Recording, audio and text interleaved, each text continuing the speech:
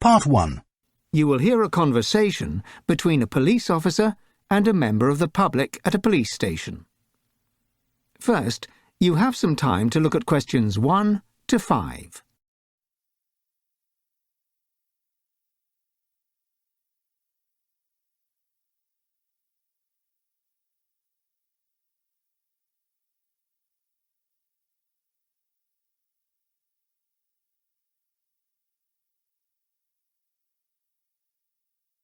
Listen carefully to the conversation and answer questions 1 to 5. Good afternoon, madam. How can I help you? Oh, hello. I think my passport has been stolen and the embassy told me to register it with you. Sorry to hear that, madam. Let me find a form to take some details. Okay, here we are. So, I need to take some information about you and what's happened, and then I can give you a crime reference number to give to your embassy. Okay. Right, let's start with the information on the passport. What's your surname? It's Ms. Walsh. That's W-A-L-S-H. And your first name? Chloe. Okay, Ms. Walsh. And can I take your date of birth? Yes, it's the 5th of July, 1987. Okay, I've got that here. And next, I'm going to need to take your place of birth. I was born in Ireland. I need the city or town, madam. Oh, it was the capital, Dublin. And do you know your passport number? I have a copy of it somewhere. Oh, yes, here you go. It's 323682. That's 323682. Great. Now I need to take some contact details in case we need to contact you or if we find the passport. Can I take a phone number? Yes, my mobile number is 07780 367 021. So that's 07780 367 012. No, it ends 021. Oh, okay. And your email address? It's chloe.walsh@email.com. And finally, can I take your address, please? It's 97 East Street in Brighton, and the postcode is BN12SE. Before the conversation continues, you have some time to look at questions 6 to 10.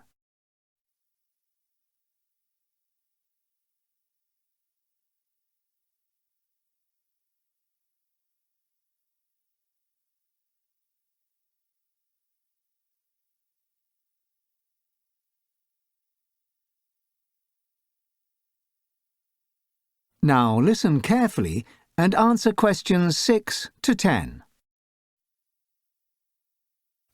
Okay, now I need to make a few notes about what happened. You say that your passport was stolen? Well, I'm not sure. It was either stolen from my pocket or I dropped it and lost it. Okay, madam. Well, you need to report it with us whether it was lost or stolen. You said that it was in your pocket. That's right. I kept it in the pocket of my jacket because I thought it would be safer there. Okay, well, there has been a number of people reporting pickpocketing recently, so maybe it was stolen from your pocket. When was this? It was last Wednesday.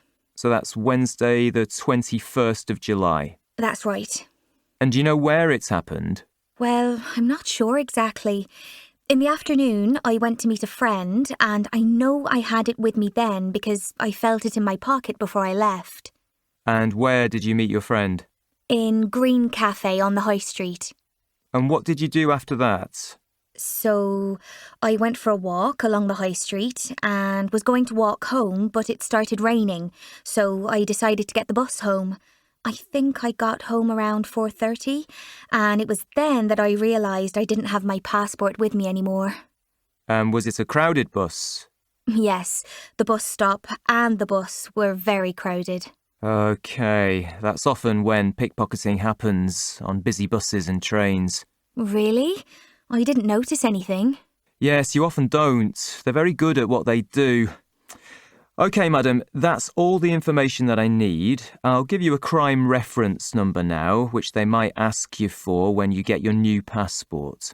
The number is A135970. Sorry, could you repeat that? Sure, it's A135970. OK. Well, thanks for your help.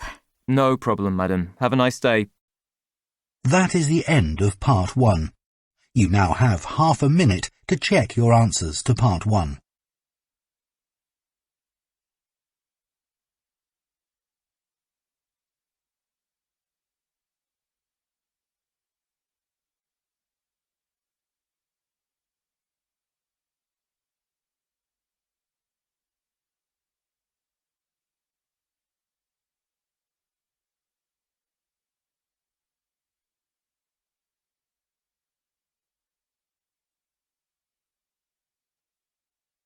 Part 2. You will hear an instructor giving a talk before a kayaking trip. First, you have some time to look at questions 11 to 14.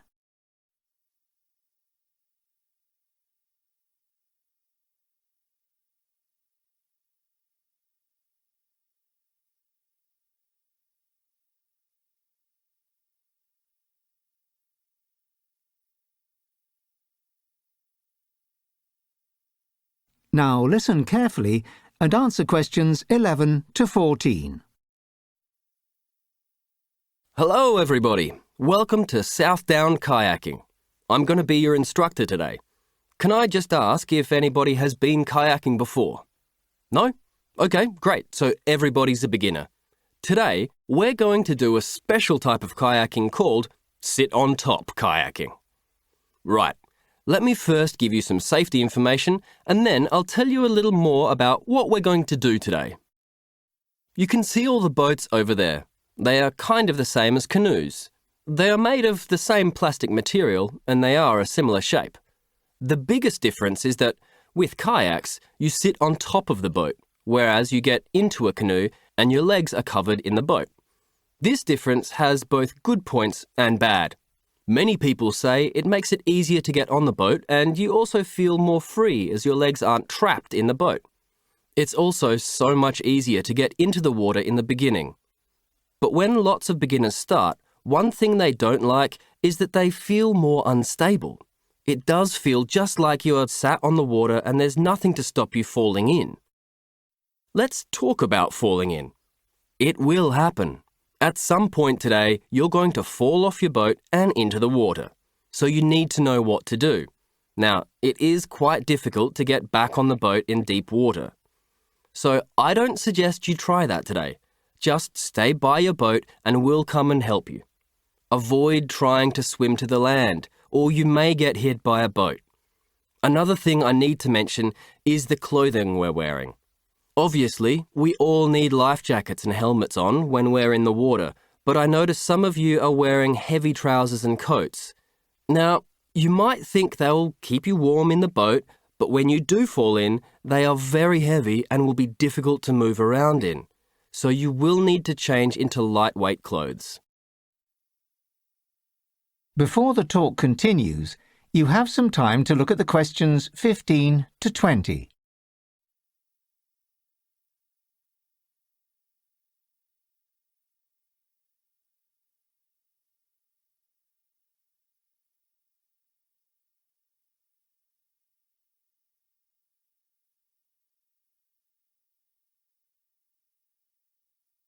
Now listen carefully and answer questions 15 to 20.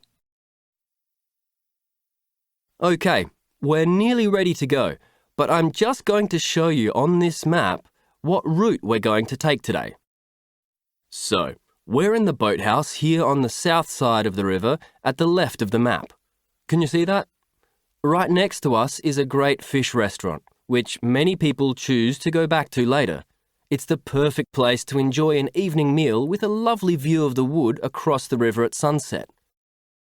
Now, once we get onto our boats, we will be going along the river up to the top to where it gets wider. You can see that we'll be going under two bridges.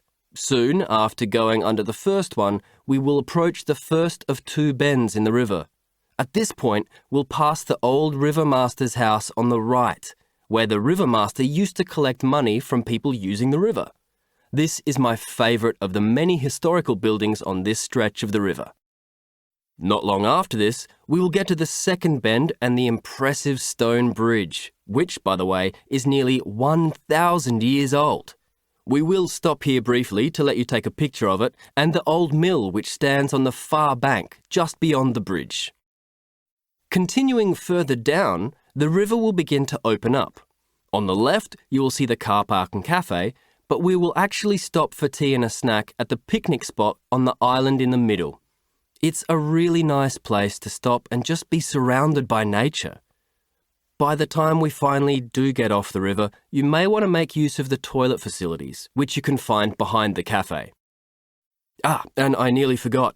I should also mention that those of you who will be camping overnight can either leave your kayaks at the car park and walk to the campsite, or paddle back down the river in them.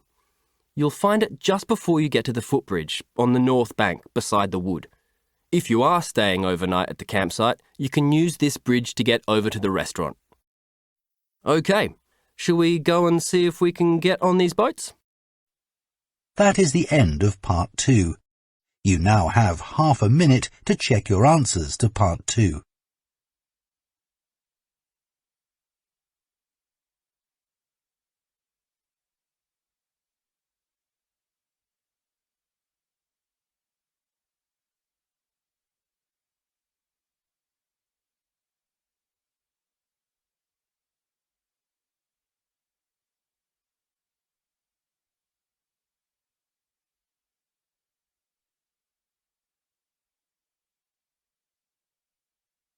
Part 3. You will hear a discussion between two students about a psychology project. First, you have some time to look at questions 21 to 23.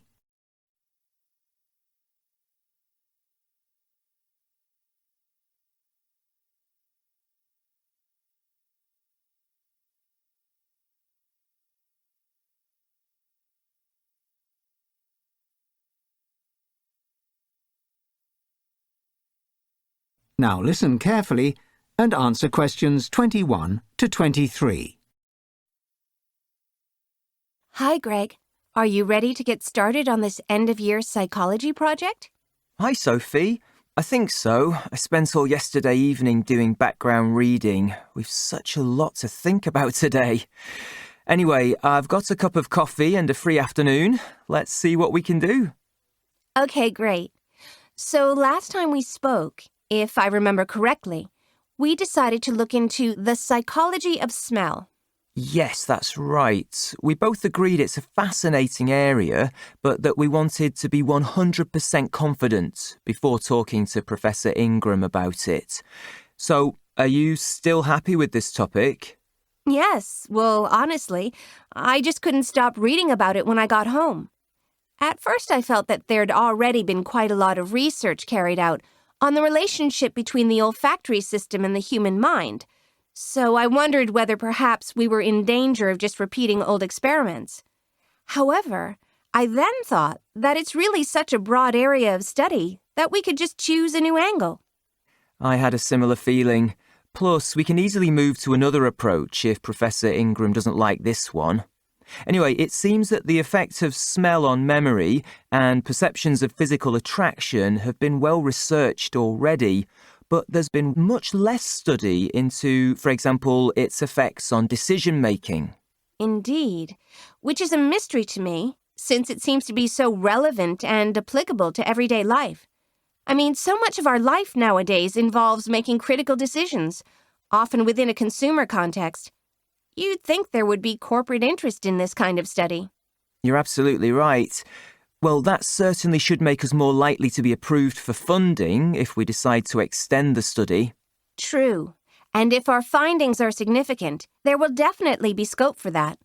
Okay, should we get something on paper that we can take to Professor Ingram? Before the conversation continues, you have some time to look at questions 24 to 30.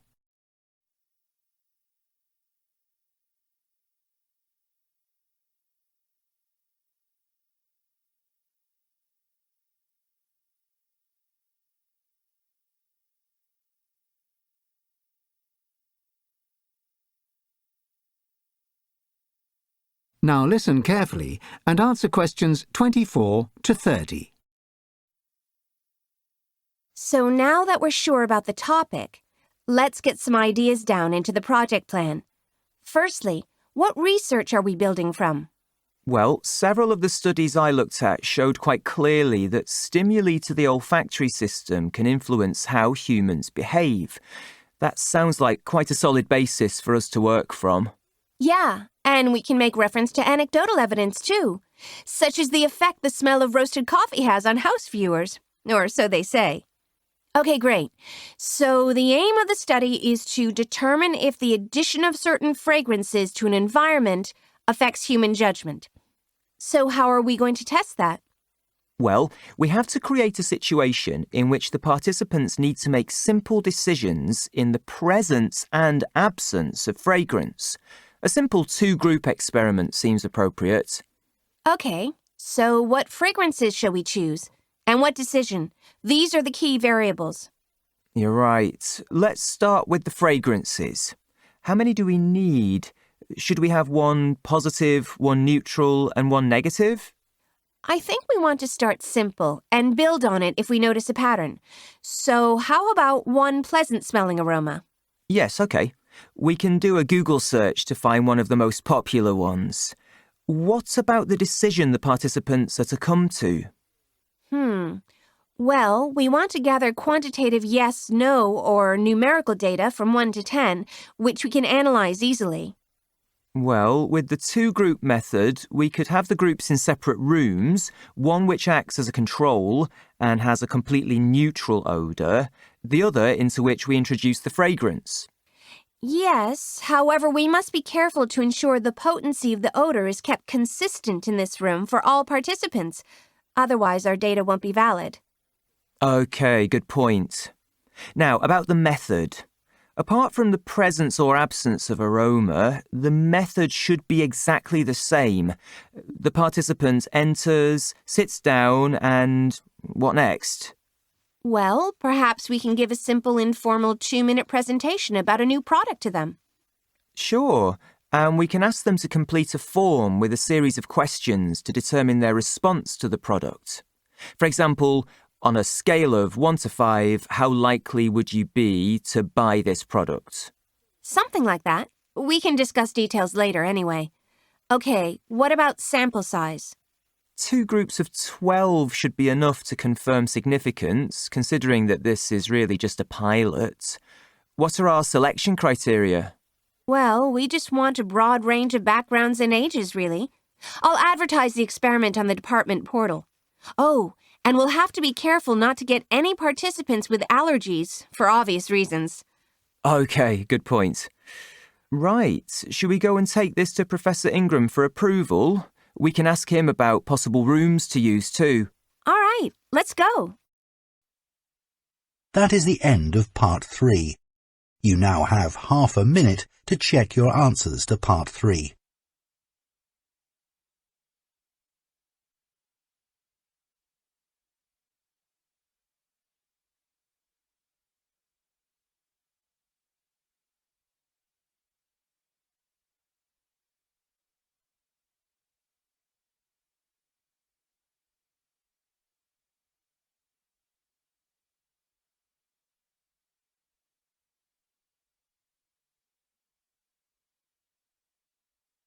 Part 4. You will hear part of a lecture about a medieval weapon. First, you have some time to look at questions 31 to 40.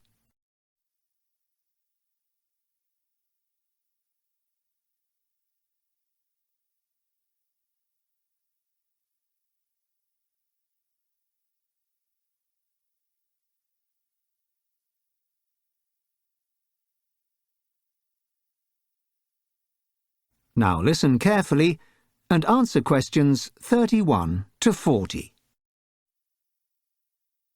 To continue our lecture series on medieval warfare, I shall be telling you today about a weapon known as liquid fire, sea fire, or sticky fire in medieval times. It is better known nowadays by the term Greek fire. I'd like to start with a very brief historical recap. You may recall from your school history lessons that when Rome fell in 476 AD, the lights went out, as it were, all over the western part of the former Roman Empire, and what were known as the Dark Ages began. What you may not recall, or may not have been taught, is that the Eastern Roman Empire, also known to us as Byzantium, or the Byzantine Empire, continued to flourish for nearly 1,000 years after the fall of Rome. During those years, Byzantium was a centre of scholarship and kept much of the knowledge from ancient Greece and Rome alive. For most of this period, the Byzantine Empire was also at war, fighting to protect its borders and provinces against Islamic expansion in the south and east and attackers from the north. Greek fire was one of the weapons that kept these attackers at bay. So, what was Greek fire? What was it made of, and when was it invented? Sadly, I cannot give you definitive answers to these questions. We do know that it was a terrifying weapon that proved particularly effective in sea battles, as it could burn on water and had the property of sticking to whatever it touched. Some sources suggest that it ignited when it came into contact with water, but there is no general consensus on this point. There is more agreement on what substances could be used to put it out, namely sand or strong vinegar. The American military historian Alex Rowland has suggested that stale urine may also have been used to douse Greek fire. The origins and composition of Greek fire are equally hotly debated, if I may make a small pun here. The most widely accepted story is that first related by the Byzantine chronicler Theophanes. He said that the recipe for Greek fire was brought to Constantinople, the capital of the empire, by Kallinikos, a native of what is now Syria. The same historian recounts the first recorded use of Greek fire, which took place in 672 AD. At this time, Arab ships were blockading Constantinople. The Byzantine fleet deployed Greek fire to devastating effect, and the siege was lifted. Another topic of much speculation is what exactly this ferocious compound was made of. The contemporary accounts are unreliable and vague, and some of them may have described other forms of incendiary weapons.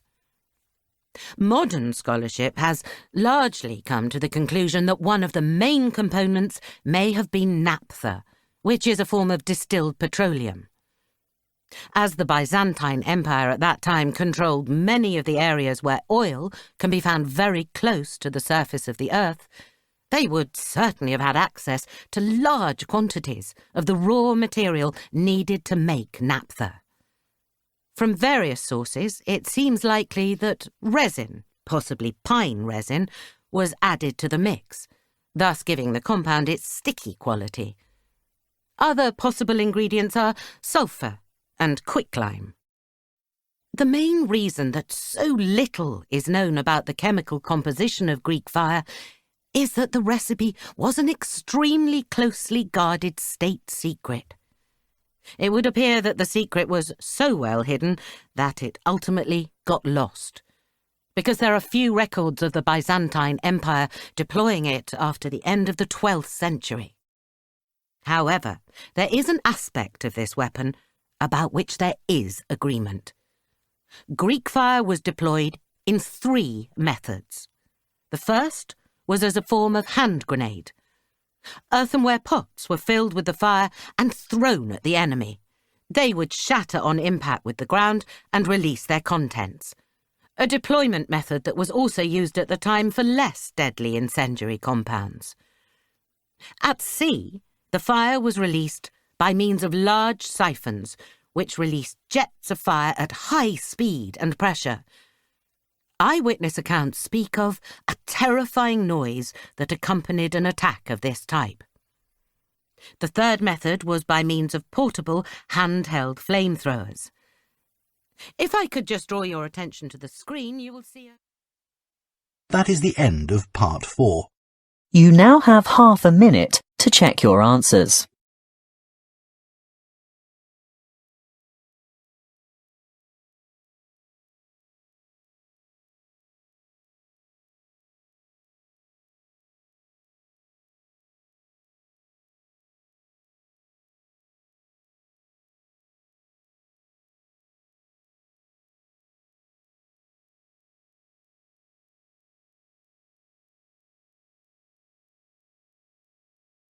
That is the end of the listening test. You now have 10 minutes to transfer your answers to the listening answer sheet.